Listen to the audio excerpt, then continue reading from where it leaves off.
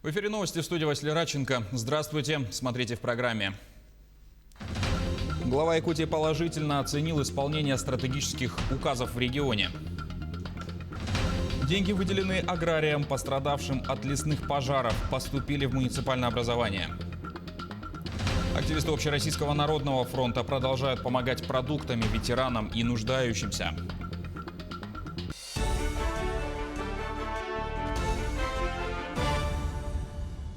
Айсан Николаев проверил исполнение 6 стратегических указов в регионе и положительно оценил проделанную работу. Об этом сообщает пресс-служба главы правительства Якутии.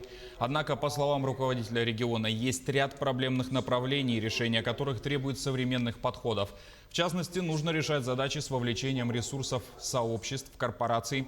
Вопрос не только в финансовых средствах, а в интеллектуальных подходах, пересмотре эффективности управленческих решений.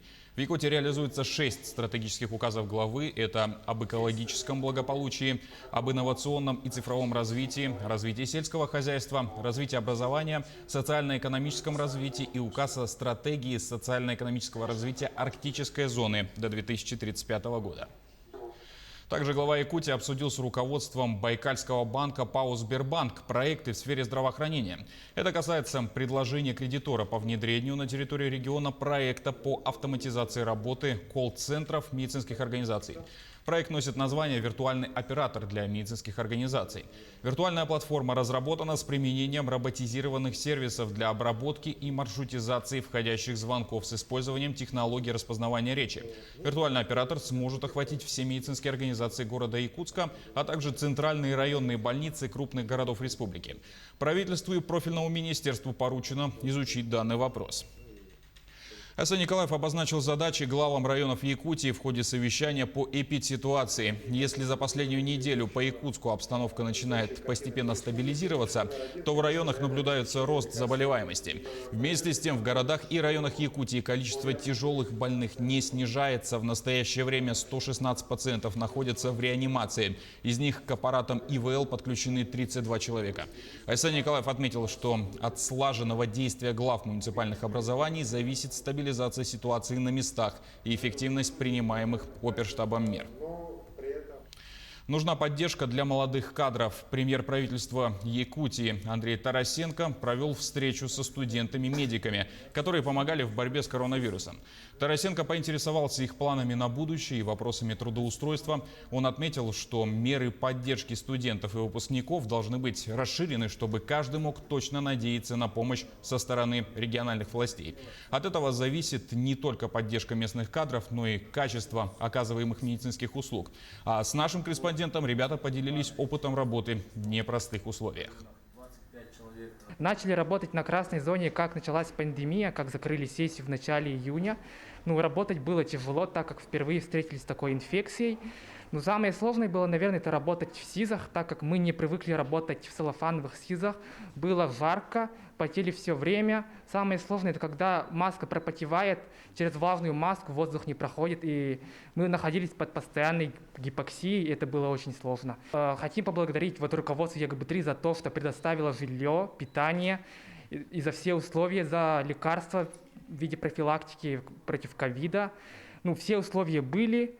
И жили в изоляции, каждый день нас возили на работу.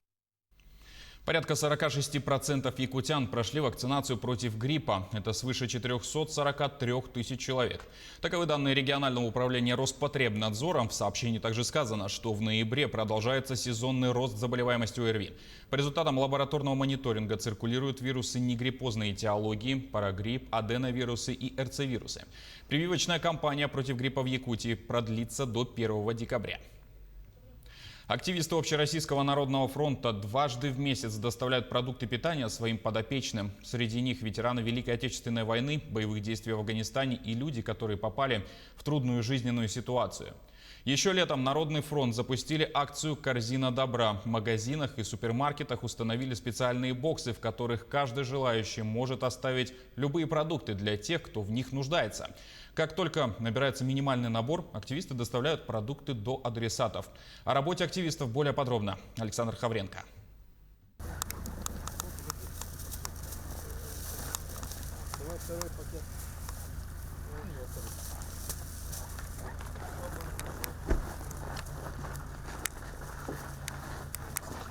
Крупа, мука, макароны, тушенка и сгущенка. Такой нехитрый, но крайне нужный продуктовый набор активисты Общероссийского народного фронта привезли своим подопечным, ветеранам Великой Отечественной.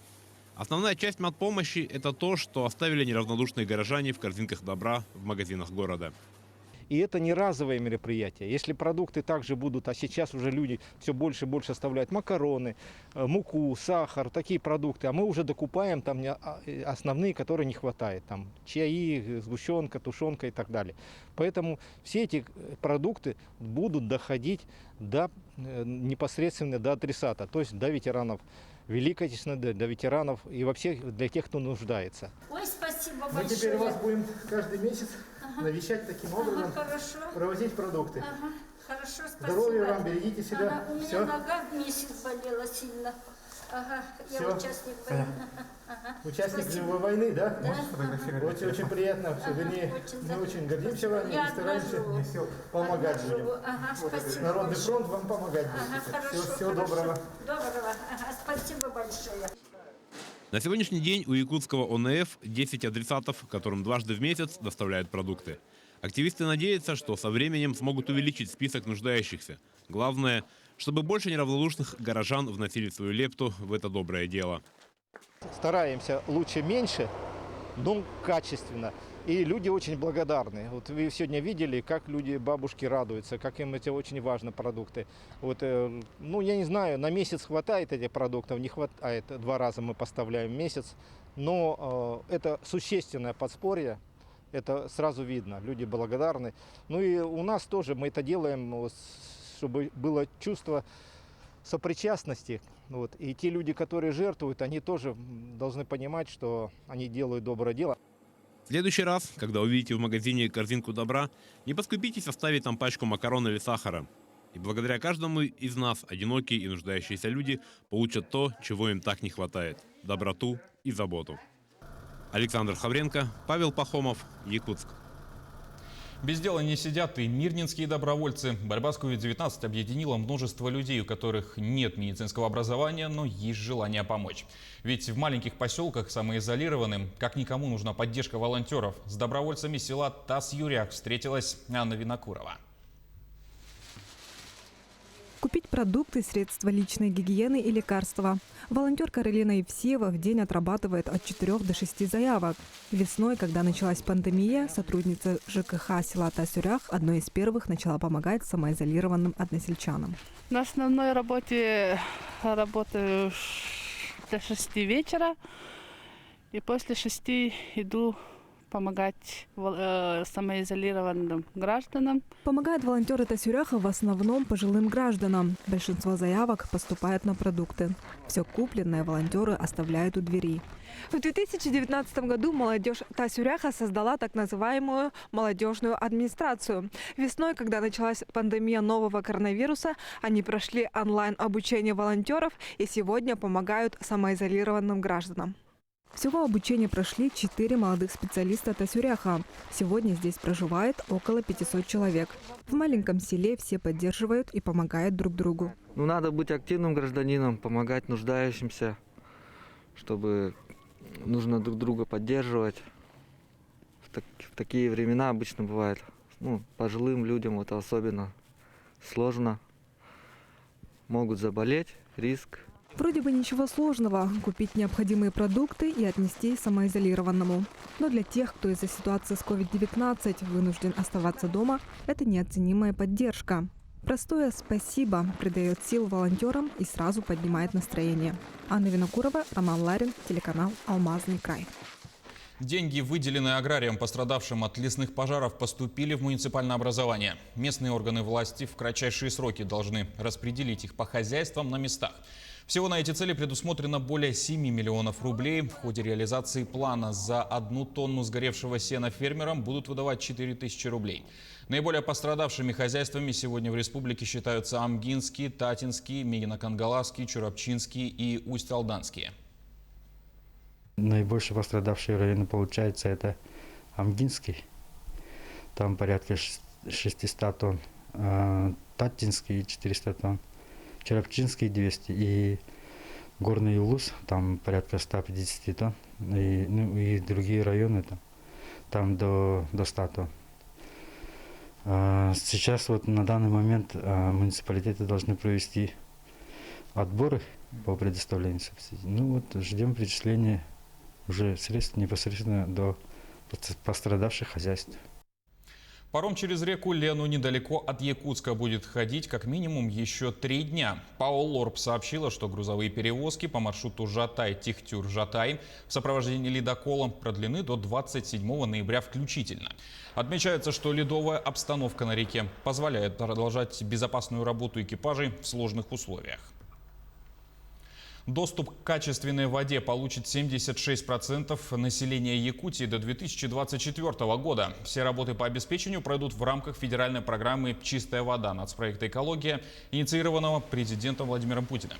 Об этом сообщил министр жилищно-коммунального хозяйства и энергетики республики Дмитрий Садовников в ходе прямого эфира в соцсетях. По его словам, на данный момент доля людей, обеспеченных чистой водой, составляет 54%. В основном это жители городов. Так Дмитрий Садовников отметил, что если в поселке есть водоочистная станция, в которой люди могут набрать воду, при этом станция не снабжает квартиры, эти данные статистика не учитывает. «Алроса» заняла 2-е место в рейтинге 50 лучших работодателей России по версии журнала Forbes. Компания набрала почти 64 балла. В 2020 году, помимо условий труда, социальной и экологической политики, итоговый балл учитывал мнение экспертов, которыми выступили руководители авторитетных российских вузов. Также в этом году при составлении рейтинга Forbes особое внимание придавалось благотворительной и спонсорской деятельности, а также экологической политике компании.